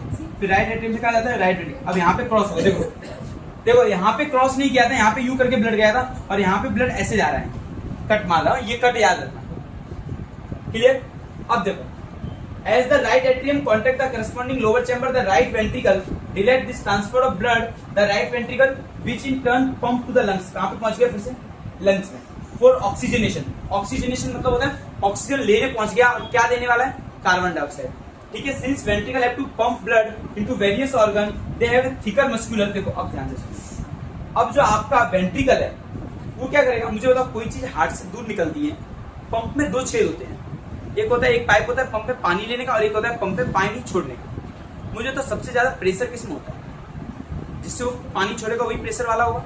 तो उसी तरह मुझे तो इधर इसमें ज्यादा प्रेशर होगा कि इसमें, इस वाले में ज्यादा प्रेशर होगा। तो सबसे ज्यादा प्रेशर किसमें होगा, लेफ्ट वेंट्रिकल में। इसलिए ये जो पाइप जो जाती है ये कैसी होती है, ठीक होती है। कैसी होती है, ठीक, क्योंकि ये पाइप में से ज्यादा प्रेशर जा रहा है तो पाइप फट ना जाए, इसीलिए ये पाइप को कैसा बनाएगा, ठीक बनाएगा। कैसा बनाएगा, ठीक, याद रखना। अब इनके पाइपों के नाम भी है, याद रखना। Muscular wall then the atria to valve ensure that the blood does not flow back towards the, इसीलिए इसको प्रेशर के साथ भेजा जाता है कि आपका ब्लड वापस ना आ जाए। अब इन सब पाइपों के नाम है पल्मोनरी वेन्स, आर्टरीज, ये सब हम पढ़ेंगे आगे डिस्कस। अभी आगे देखो, ये आपका सिस्टम है, थोड़ा समझते हैं। ये आपका लंग्स है, ठीक है, यहाँ से ब्लड आपका गया, ये ब्लड यहाँ पे आया और यहाँ से यूं करके गया, यहाँ से यूं गया। देखो दिख रहा है आपको कैसे ब्लड आ रहा है, देखो यहाँ से यहाँ पे आया। अब सुनो, मैं ठीक बता रहा हूँ, हार्ट है ना आपका घर है, क्या है, हार्ट आपका घर है। अब जब घर से दूर जाते हो तो आपके पास आर्टरी से आप अपने क्लाउड से चले जाते हो। सुबह सुबह आपके पापा छोड़ने जाते हैं आप लोग को, सुबह सुबह आपके पेरेंट्स छोड़ सकते हैं, लेकिन लेते टाइम वो नहीं लेके आ सकते। ये सब बहुत मोस्ट ऑफ ऐसा होता है कि आज सुबह तो आपके पेरेंट्स छोड़ देंगे, लेकिन आते टाइम आप स्कूल से वैन से जाते हो, वैन से आते हो, ठीक है, ये पॉसिबिलिटी ज्यादा रहती है। तो जब कोई चीज आपके हार्ट से दूर जाएगी ना तो आपके पापा आर्टरीज अपनी क्लाउड से छोड़ने जाएंगे, और जब आप हार्ट के पास आओगे तो वेन से आओगे, VEINS, क्या वेन में तो गाड़ी वाले अंकल जो आते हैं। अब सुनो, देखो ये चीज, ये पाइप कहाँ हार्ट से दूर आ रही है ना, तो क्या नाम होगा इसका, आर्टरीज। अरे सर ये पाइप तो पास में जा रही है ना, इसका नाम वेन्स होगा। सर ये वाली पाइप तो दूर जा रही है ना, इसका नाम आर्टरीज होगा। सर ये वाली पाइप पास में आ रही है, इसका नाम वेन्स होगा। सर नहीं समझ, फिर से एक और बार क्लियर करते हैं, एक और बार सही से क्लियर करते हैं, समझते हैं फिर से। ऐसी पाइप जो आपकी हार्ट से दूर जाए उसको कहा जाता है आर्टरीज। ऐसी पाइप हार्ट मतलब हमारा घर के पास ले जाए उसको कहा जाता है वेन्स। याद रखो, मैंने कहा भाई ये एंट्री हुई, भाई हार्ट से दूर जा रही के पास हमारे घर में ले जा रही है, क्या होगा, नाम होगा, इसका नाम होगा वेन्स। ये हमको दूर ले जा रही है, आर्टरीज, क्या हो जाएगा, आर्टरीज। ये हमको कहाँ ले जा रही है, हार्ट के पास, अरे भैया तुम तो वेन वाली गाड़ी है हमारी, ये दूर ले जा रही है, क्या हो जाएगी, आर्टरीज। और ऐसी पाइप जो आपके लंग्स और हार्ट से कनेक्ट होती है उसका नाम होता है पल्मिनरी। क्या होता है, ये हार्ट से लंग से कनेक्ट है, ये लंग से हार्ट की तरफ जा रही है, हार्ट मतलब घर की तरफ जा रही है तो पल्मोनरी वेन हो जाएगा। और ये हमारे दूर आ रही है, आर्टरी हो जाएगा। ये पास आ रही, वेन हो जाएगा। ये दूर जा रही तो इसका नाम हो जाएगा पल्मोनरी आर्टरीज। ये आपको याद रखना। देखो जो पाइप आपकी हार्ट और लंग से कनेक्ट है उनका नाम पल्मोनरी पल्मोनरी पल्मोनरी, याद रखो। लेकिन हार्ट के पास आ रही तो क्या हो जाएगा, वेन्स। हार्ट से दूर जा रही तो क्या हो जाएगा, आर्टरीज। ये थोड़ा सा याद रखने का ट्राई करना। अब ये वही चीज इन्होंने बताई है, उसको हम समझते हैं। To separate of the right side and the left side of the heart useful keep oxygen. देखो ऑक्सीजन वाला और डीऑक्सीजन वाला ब्लड मिक्स ना हो जाए उसको सेपरेट करने के लिए इन्होंने क्या किया, बीच में एक वॉल बना दी। क्या बना दी, such separation allow highly efficient supply of oxygen to the body. This is useful in animals that have high energy needed such that, तो ये प्रॉपर मिक्स होना चाहिए नहीं, इसलिए आपके चैम्बर अलग अलग कर दिए। क्या कर दिया गया, चैम्बर आपके अलग अलग कर दिए। सच एनिमल लाइक एम्फीबियंस की बात करें, in animal they do not use energy for this purpose the body temperature depend on the temperature in the environment such animal like amphibians क्या होते हैं, जो आपके पानी में भी रहते हैं और आपके जमीन पे भी रहते हैं। ऐसे रेप्टाइल्स से, देखो रेप्टाइल्स का कितना चैम्बर हार्ट होता है, याद 3 चैम्बर। कितना होता है ये याद रखना, रेप्टाइल्स जो होते हैं 3 चैम्बर हार्ट होते हैं। Tolerate some mixing of the oxygenated and deoxygenated blood. Still fish on the other hand have only 2 chamber. याद रखना इसके कितने होते हैं, देखो रेप्टाइल में ना सबके 3 चैम्बर होते हैं, लेकिन रेप्टाइल में एक नमूना है जिसका 4 चैम्बर होते हैं, जिसका नाम है क्रोकोडाइल। याद रखना, आपके एग्जाम में क्वेश्चन पूछ सकते हैं how many heart chamber in their crocodile, तो आपको क्वेश्चन में देना है 4 चैम्बर। रेप्टाइल के जनरली 3 चैम्बर होते हैं, इसके 2 चैम्बर होते हैं, इंसान के 4 चैम्बर होते हैं। ठीक है, there heart and the blood is pumped to the gills, the oxygenated there and pass directly to the rest of the body, thus blood goes only once through the heart in the fishes. Fish के अंदर, heart के अंदर एक ही बार blood जाता है, और हमारे यहाँ डबल सर्कुलेशन, पहले गया फिर यहाँ फिर से गया, याद हो। तो हमारे यहाँ पे डबल सर्कुलेशन होता है, जबकि फिश के अंदर क्या होता है, single circulation. The body on the other hand, fish during the one cycle of passage through the body. On the other hand, it goes through the heart twice during each cycle. On the vertebrates, this is called double circulation. हम जो vertebrates हैं, उनके अंदर क्या होता है? Double circulation. Vertebrate मतलब ये जो इसके पीछे ये हड्डी होती है, उसको vertebrates कहा जाता है. तो हमारे अंदर डबल सर्कुलेशन होता है. फिश के कितने चैम्बर होते हैं? 2 चैम्बर होते हैं. रेप्टाइल के 3 चैम्बर होते हैं. लेकिन क्रोकोडाइल एक ऐसा है जिसके अंदर 4 चैम्बर होते हैं. आगे बढ़ते हैं, समझते हैं. बहुत सारी स्लाइड आ गई. देखो, arteries are the vessel which carry blood away from the heart. भाई हार्ट से दूर ले जा रहा है, अलग अलग ऑर्गन तक जा रहा है, उसको क्या कहा जाता है? क्लियर? जो हमें हार्ट से दूर ले जाए वो हमारी होती है आर्टरीज, और जो हार्ट के पास ले जाए वो होती है veins. Since the blood energy emerge from the heart under high pressure. भाई कभी भी कोई ब्लड हार्ट से निकलेगा कैसा होगा? हाई प्रेशर, बहुत ज्यादा. द आर्टरीज हैव थिक, इसलिए आर्टरी जो थिक होती है इलास्टिक वॉल होती है. ये याद रखना. आपको पूछ सकते हैं which blood vessels having thick and elastic wall. Elastic wall याद रखना. तो आपको जो आर्टरीज है, it is taking the blood away from the heart and it is the high pressurise. और हाई प्रेशर तो कैसा रहेगा? थिक और थिक वॉल रहेगी आपके. Different thick and elastic. Veins collected the blood from the different organ. अलग अलग organ से कलेक्ट करता है और कहां पे भेजता है? हार्ट. कौन? Veins. They do not need thick wall. इसको थिक वॉल की जरूरत ही नहीं. प्रेशराइज है ही नहीं बिल्कुल. ऊपर हार्ट के अंदर डाला जा रहा है ना, हार्ट के अंदर जा रहा है तो कोई प्रेशर की जरूरत है, इसलिए नॉर्मल वॉल होती है. देखो, इंस्टेड दैट है valve that ensure that the blood flow only in one direction. Valve दिया जाता है कि एक ही डायरेक्शन में flow. On switching organ tissue the arteries divide. Arteries जो है किसमें डिवाइड हो जाती है? छोटे छोटे बहुत सारे कैपिलरीज में डिवाइड हो जाती है. किसमें डिवाइड हो जाती है? बहुत सारे कैपिलरीज में. और वो कैपिलरी कहाँ पहुंचती है? हर सेल से कनेक्ट होती है और वहां पे ऑक्सीजन पहुंचाने का काम करती है. कौन? Arteries. Exchange of material between the blood and surrounding cell take place across this thin wall. ये थिन वॉल है. The capillaries then join together. और बाद में यही कैपिलरी ज्वाइन हो जाती है और क्या बन जाती है? ये कैपिलरी ज्वाइन होके आपकी बन जाती है वेन्स. जैसे यहाँ ये बहुत सारी कैपिलरी, ये आर्टरी थी, ये बहुत सारे पार्ट में डिवाइड हो गई. अब इसको यहाँ कहाँ से निकली थी? हार्ट से निकली थी. तो आर्टरीज थी, अभी बहुत सारे पार्ट्स डिवाइड हुए, छोटी छोटी कैपिलरीज बनी, बाद में कैपिलरी ज्वाइन हो गई, वेन्स बन गई. अभी किसके पास जाएगी? हार्ट के पास. ये कैसी होती है? हाई प्रेशराइज और थिक इलास्टिक वॉल. याद रखो. कौन? आर्टरीज. और वेन्स में ऐसा कुछ होता नहीं. चलो आगे बढ़ते हैं. ये पता है रेड ब्लड सेल आपको अच्छी तरह जानते हो, carry carbon dioxide dissolve form oxygen ये क्लियर है. ठीक है ना? सेक्युलर से प्रोनोटाइप न्यूक्लियस से न्यूक्लियस न्यूक्लियस क्लियर. अब बात करें प्लेटलेट्स क्या करता है. इसे प्लेटलेट बहुत अच्छा आदमी है भाई. ब्लड की लॉस ऑफ जो ब्लड होता है क्लोटिंग में करने का काम आता है. भाई हमें कहीं लग गई है, इंजरी हो गई है, तो उसको क्लोट करने में काम आता है. जो पॉइंट ऑफ इंजरी, जो लीकेज है, उसको भरपाई में काम आता है प्लेटलेट्स. यदि आपके अंदर प्लेटलेट्स कम हो गए तो यहाँ कहीं आपको छेद हो गया तो आपका पूरा खून बह जाएगा. तो प्लेटलेट्स क्या करता है? ब्लड को क्लोटिंग करने में काम आता है. प्लेटलेट्स आपको याद है. अब बात करें प्लाज्मा. प्लाज्मा क्या है? ये आपका 90% वाटर कंटेन करता है और ये डिसॉल्व फॉर्म होता है. और इस प्लाज्मा के अंदर आपके 3 सेल है, वो आप पढ़ चुके. Red blood cell, white blood cell and platelets. ये सारी चीजें आप डिस्कस कर चुके हैं. ठीक है. अब बात करें व्हाइट ब्लड सेल क्या करता है. तो व्हाइट ब्लड सेल है ना, डिसीज से प्रोटेक्ट करता है. किससे प्रोटेक्ट करता है? डिसीज से.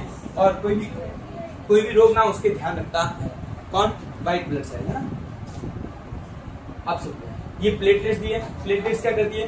Platelets are tiny fragment of special cell form in the bone marrow. ये कहाँ पे बनती है? बोन मैरो में बनती है. ये आपको दिया नहीं बहुत डिटेल में, इन्होंने ई स्लाइड डिटेल में आ गई. बोन मैरो बनती है. प्लेटलेट्स का खुद का न्यूक्लियस नहीं होता. ये coagulation of blood, clotting of blood में काम आता है. ये सबसे बड़ी चीज है. ठीक है. ऐसे पिछली बार पूछा गया था कि प्लेटलेट्स का काम क्या है, तो क्लोटिंग ऑफ ब्लड इसका आंसर आएगा. चलो अब समझते हैं लिम्फ. लिम्फ भी एक तरह का ब्लड वेसल्स ही होता है. ये थोड़ा समझना. There is another type of fluid also involve in the transportation. Transportation में एक फ्लूइड है जिसका नाम है लिम्फ, जो ब्लड जैसा होता है. This is called lymph. और tissue through the pores present on the wall of the capillaries. देखा थोड़ा सा समझना, ये बहुत नया टॉपिक है भाई. कैपिलरीज क्या थी? जब आर्टरीज आई थी तो बहुत सारी छोटी छोटी पाइपों में डिवाइड हो गई थी, उनको क्या कहा गया? कैपिलरीज. ध्यान रखना. कैपिलरीज ये कहां पे प्रेजेंट होता है? जो कैपिलरीज होती है उसके छेद के अंदर ही प्रेजेंट होता है. कैपिलरी सेल उसके अंदर टाइनी पोर्स उसके अंदर ही प्रेजेंट होता है. अब देखना. And blood cell escape into intercellular space in the tissue to form tissue fluid. और वहां पे जो बनता है इसको टिश्यू फ्लूइड कहा जाता है और लिम्फ कहा जाता है. इट इज सिमिलर प्लाज्मा जैसा ही होता है. प्लाज्मा किसमें होता है? ब्लड के अंदर. और कैपिलरीज के अंदर क्या होगा? लिम्फ. क्या होगा? लिम्फ. याद. अब क्या होता है? ये कलरलेस होता है। आपका एग्जाम में कुछ क्वेश्चन पूछेगा what is the lymph, it is similar like blood, it is found in the tiny pores of the capillaries, it is same like blood but it contain colourless and less protein. जबकि blood कैसा होता है, red होता है और ज्यादा protein.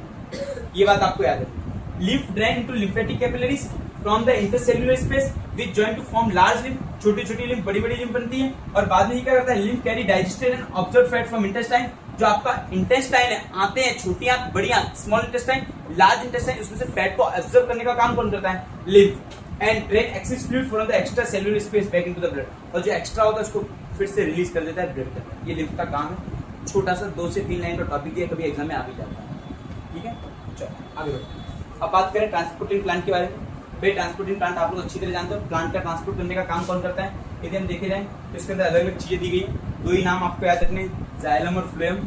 यदि हम बात करें ट्रांसपोर्ट के अंदर, जाइलम क्या करता है, इससे जाइलम वाटर को कैरी करता है, फ्लोएम जो क्या करता है, फूड को कैरी करता है। 9th में आपने पढ़ा था जाइलम के अंदर जाइलम पैरेंचाइमा, फॉलोपियन ट्यूब, जो भी अलग अलग चीजें पढ़ी थी आपने जाइलम के अंदर, साइड ट्यूब, साइड सेल, वो आप एक बार रिवाइज कर लेना। इसके अंदर सारा कंसेप्ट दे रखा है, ये ठीक है। इसके अंदर ये दिया है कि आप जो लॉस ऑफ वाटर, ये थोड़ा एक टॉपिक इंपॉर्टेंट है कि आपका पानी है वो लॉस किस मेथड से होता है। इस मेथड का नाम है ट्रांसपीरेशन। क्या नाम है, transpiration. The loss of water is due to the transpiration, ये आपको याद रखना है, ये समझ रहे हैं। ठीक है, चलो अब बात कर रहे हैं फूड के ट्रांसपोर्ट के बारे में। ये फूड का ट्रांसपोर्ट दिया हुआ है, फूड को ट्रांसपोर्ट करने का काम किसने किया है, फ्लोएम। किसने किया है, फ्लोएम में। ये याद है, ये वही सेम चीज है। देखो ये इसके पार्ट्स हैं, किसके, जाइलम के, वेसल, ट्रैकाइड, फाइबर। कौन सा फाइबर था इधर, पैरेंचाइमा। इधर क्या है, सॉरी स्केलेंचाइमा में पैरेंचाइमा, ऐसा कुछ था, स्केलेंचाइमा था और ये पैरेंचाइमा। ठीक है, ये अपना दिया है ट्रांसलोकेशन। ये आपको कौन सा बताया गया कि आपके इसके बारे में, फ्लोएम के बारे में दिया गया, side tube, companion cell, phloem parenchyma और फ्लोएम फाइबर। ये आप फ्लोएम फाइबर, ये आपको याद रखना है। ये हमने किसके बारे में बात की, ट्रांसपोर्टेशन इन प्लांट के अंदर, जाइलम और फ्लोएम, जो आप बहुत पहले से जानते हो, 9th में पढ़ चुके हो। ठीक है, चलो अब बात करें फंक्शन ऑफ ब्लड। ब्लड का काम तो आप लोग को पता ही है, क्या क्या करता है। ब्लड कैरी डाइजेस्टिव पार्ट, जो आपका ब्लड है, blood carry oxygen from the lungs to different part, अभी पता है।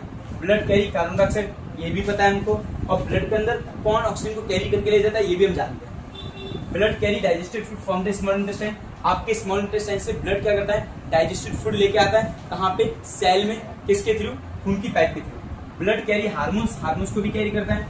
ब्लड कैरी वेस्ट प्रोडक्ट, हाँ उसको भी कैरी करता है। ब्लड हमारे डिसीज से लड़ने में बचाता है। ब्लड हमारी बॉडी का टेम्परेचर भी रेगुलेट करता है। ये सारे काम किसके, ब्लड के। क्लियर, ये आपको समझ। ये देखो ये हार्ट का ड्राइंग दे रखा है, तो हार्ट का इस तरह का आपका अंदर आता है, यूं करके निकल जाता है। इस तरह का आपका इसके यहाँ से यहाँ पे एंटर होता है, यहाँ से और यहाँ से निकल जाता है। ठीक है, ये आपका इसकी ड्राइंग, ये आपका वो दे रखा है, सिस्टम कैसे काम करता है ये पूरा मैं पढ़ा चुका हूँ। क्लियर, चलो ये दिया है आपका ब्लड प्रेशर क्या रहता है, 120 जो ब्लड प्रेशर है उसका दिया है। इसमें स्टॉल, डायस्टॉल 120 और 80 mm। यह क्वेश्चन में एग्जाम में पूछा गया है कि आपको ब्लड प्रेशर क्या रहता है, तो आपको याद रखना है डायस्टॉल में सिस्टोलिक और डायस्टोलिक। सिस्टोलिक में रहना चाहिए 120 और डायस्टोलिक में रहना चाहिए 80। इसको ऐसा भी बोला जाता है 120/80, ये भी बोल सकते हैं। ठीक है, चलो आगे बढ़ते हैं। अब बात करते हैं लिम्फेटिक सिस्टम। ये मैंने अभी डिस्कस किया, कलरलेस जो होता है वो अपना लिम्फेटिक सिस्टम है, जिसके अंदर लिम्फ होता है। अब आया है चौथा टॉपिक, जिसका नाम एक्सक्रीशन, जिसको हम समझेंगे फटाक से कंप्लीट होगा, ज्यादा नहीं 5 से 10 मिनट लगेगी और ये टॉपिक कंप्लीट करेंगे। तो अभी तक हमने जो समझ चुके हैं लाइफ प्रोसेस के अंदर, हमने सबसे पहले न्यूट्रिशन पढ़ा था पार्ट 1 में, सेकंड पार्ट में पढ़ा हमने रेस्पिरेटरी सिस्टम, थर्ड पार्ट में पढ़ा हमने ट्रांसपोर्टेशन सिस्टम, फोर्थ पार्ट में पढ़ा हमने एक्सक्रीशन सिस्टम। अब देखो the process of removal of toxic waste from the body, इसको जरा ध्यान से समझना। हमारी बॉडी में से जो टॉक्सिक वेस्ट पैदा होता है उसको निकालने का काम जो करता है वो कौन करता है, आपका excretion system. The excretory system of human being include pair of kidney, kidney लगी है तो याद रखना, पेयर ऑफ किडनी, यूरेटर की 2 जोड़ियां लगी हैं, यूरिनरी ब्लेड जहाँ पे मूत्र इकट्ठा होता है, यूरेथ्रा जहाँ से हमारी यूरिन रिलीज होती है, it is called urethra. Totally 4 systems are there, pair of kidney, pair of ureter, urinary bladder, urethra. Urinary bladder को कहा जाता है मूत्रथ्रा। So this kidney are located at the abdomen on either side of the backbone, backbone के थोड़े पीछे। Urine कौन produce करता है, किडनी प्रोड्यूस करता है, और उसको ले जाया कहाँ जाता है, यूरेटर से लाया जाता है और उसको इकट्ठा किया जाता है यूरिनरी ब्लेडर। कई बार आप लोग को बहुत फास्ट यूरिन तो यहाँ पे प्रेस कर दो तो यहाँ पे आपको थोड़ा दर्द सा होता है, मतलब थोड़ा महसूस होता है, तो यहाँ पे हमारी यूरिन इकट्ठी रहती है, पेट के जस्ट नाभि के जस्ट नीचे रहती है। क्लियर। अब where it is stored until it is, इसको स्टोर किया जाता है और उसको रिलीज करने में कौन काम करता है, यूरेथ्रा। इस तरह की ओपनिंग होती है वो यूरेथ्रा रिलीज करता है। The purpose of making urine, urine क्यों बनाया जाता है, क्योंकि हमारी बॉडी का जो वेस्ट प्रोडक्ट है ब्लड में से छान के बनाया जाता है किडनी, और यदि ना छाने तो हमारा ब्लड खराब हो सकता है। ठीक है, just as CO2 is remove from the blood in the lungs, nitrogenous waste such as urea and uric acids are removed from blood in the kidney. भाई urea, uric acid, nitrogenous waste, CO2 तो ले लिया नाक ने, CO2 तो नाक ने निकाल दिया, लेकिन जो लिक्विड वेस्ट है यूरिया, यूरिक एसिड, उसको निकालने का काम किसने ले रखा है? आपकी किडनी ने ले रखा है। किडनी क्या करता है? फिल्टर करने का काम करता है, किसको? ब्लड को। याद रखो। अब देखो, kidney like in the lungs in cluster of very thin wall blood capillaries. Kidney के अंदर बहुत सारी जालियां हैं। Each of the capillary cluster in the kidney associated with the cup shape. Cup shape जैसा उसमें बहुत सारी कॉइलिंग, जैसे आप लोग चाय छानते हो पता है, बहुत सारी जाली जाली जाली ऐसे ऐसे कुछ छोटे छोटे, बहुत छोटे लेवल पे, उसी तरह किडनी के अंदर भी इसी तरह का स्ट्रक्चर है। ठीक है, अब बाउल्स कैप्सूल, अब जो कप शेप है एंड जो कॉइलेड है उसको बाउल्स कैप्सूल कहा जाता है। And collect the filtrate, each kidney has a large number of this filtration. ऐसे फिल्ट्रेशन यूनिट्स में बहुत सारे बने तो नेफ्रॉन्स कहा जाता है, ये याद रखना। What is the basic unit of kidney? Kidney is the part of nephron। बहुत सारे नेफ्रॉन्स होते हैं और नेफ्रॉन के अंदर बहुत सारे बाउल्स कैप्सूल होते हैं। अब सुनना, देखो दो चीजें बहुत कंफ्यूजन होता है। न्यूरॉन्स होता है वो हार्ट से रिलेटेड होता है, नेफ्रॉन होता है किडनी से रिलेटेड होता है। याद रखना, न्यूरॉन होता है दिमाग का, नेफ्रॉन होता है किडनी का। Close together some substance like initial filtrate, glucose, amino acid, salt, ये इसके अंदर मेजर सोर्स होते हैं जो यूरिन के अंदर में पाई जाती है। क्लियर? इसीलिए अगर आपका यूरिन टेस्ट भी होता है, इस तरह का शेप दे रखा है। क्लियर? अब देखो समझा देता हूँ, ये हमारी किडनी है, ये दो किडनी है, ये हमारे यूरेटर है और ये हमारी यूरिनरी ब्लैडर है जहाँ पे हमारा यूरिन इकट्ठा होता है, यहाँ से हमारा यूरिन रिलीज होता है। क्लियर? इस तरह का स्ट्रक्चर भगवान ने बनाया हुआ है। किडनी बहुत काम की चीज है, किडनी काम करना बंद कर देती है तो बहुत दिक्कत होती है, और जिसकी किडनी फिल्टर नहीं करती ब्लड, उसको आर्टिफिशियल मेथड करवाना पड़ता है, इसको कहता है डायलिसिस। यहाँ पे सुई डालते हैं और पूरा ब्लड निकाला जाता है, उसको साफ करके फिर मशीन से भरा जाता है, इसको कहता है डायलिसिस, जिसकी कीमत बहुत ज्यादा महंगी होती है। हर हफ्ते में 2 बार डायलिसिस कराना पड़ता है। डायलिसिस नहीं कराते तो इंसान की डेथ हो सकती है। ठीक है ना, वो हार्मफुल बन जाता है। इंसान को जितने दिन जिंदा रखना होता है डायलिसिस कराना है। ठीक है, देखो किडनी बीन शेप का होता है, भाई मानता हूँ। किडनी जो है, the blood in our body is constantly passing through, kidney से पास होता रहता है, किडनी उसको फिल्टर करती है। फिर the function of the kidney to be remove the poisonous substance. इसलिए आप जितना ज्यादा पानी पियोगे उतना ज्यादा किडनी फिल्ट्रेशन मांगेगी, फिल्ट्रेशन करेगी उतनी आपकी बॉडी साफ सुथरी रहेगी। आप पानी नहीं पियोगे तो किडनी, आप जितना पानी पियोगे फिर किडनी उसमें ज्यादा यूरिन के अंदर वही रिलीज करेगी, वेस्ट थोड़े से पानी में, जिससे हम कहते हैं हमारी जो यूरिन होती है येलोइश हो जाती है उस वजह से। जब हम ज्यादा पानी पीते तो हमारी यूरिन का कलर थोड़ा ट्रांसपेरेंट रहता है। तो ट्रांसपेरेंट रहे उसी के लिए काम करना है, आपको ज्यादा से ज्यादा पानी पीना, 2 लीटर 3 लीटर जितना हो सके उतना ज्यादा पानी। ठीक है, the clean blood is carried away from the, देखो क्लीन ब्लड उसी में घूमने लग जाता है और किडनी वेस्ट बाहर निकाली जाती है। ठीक है, ये आपको क्लियर हो गया। अब हम समझते हैं आगे। ये अपना किडनी का शेप दिया है, कप जैसा शेप में, और ये किडनी के अलग अलग ये चीज दी, इस तरह का सिस्टम है। यूरिन कैसे काम करता है और कैसे जाता है। क्लियर? अब बात करें एक्सक्रीशन प्लांट। प्लांट के अंदर एक्सक्रीशन कैसे होता है वो समझते हैं। द मेन वेस्ट प्रोडक्ट, जब प्लांट की बात करें तो सबसे मेन वेस्ट प्रोडक्ट कौन सा है? Carbon dioxide, water vapour and oxygen. Plant के अंदर कोई वाटर वेपर होता है तो उसको क्या कहा जाता है? ट्रांसपीरेशन। क्या कहा जाता है? ट्रांसपीरेशन। ये आपको याद रखना है। Clear? The plant are store some of the waste product in their body parts. अलग अलग तरह के स्टोर करता है, जैसे कोई चीज सड़ जाती है तो अपने अंदर स्टोर करके रखता है और वो क्लियर। चलो अब देखते हैं, ये देखो डायलिसिस प्रोसेस है जिसके अंदर कोई मशीन, देखो यहाँ से ब्लड भरा, फिर अलग अलग पाइप से पास किया जा रहा है, डायलिसिस वाला ब्लड अलग किया जा रहा है और वेस्ट अलग निकाला जा रहा है। ठीक है, इसी के साथ आज का आपका चैप्टर पूरा होता है। Thank you for watching this.